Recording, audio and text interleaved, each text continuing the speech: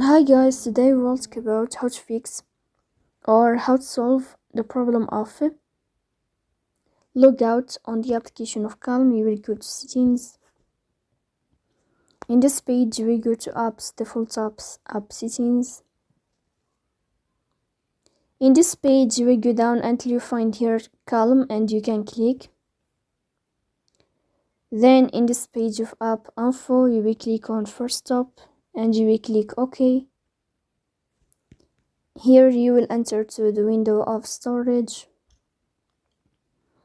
Then we click on clear cache, but pay attention, don't click clear data because that can delete your account.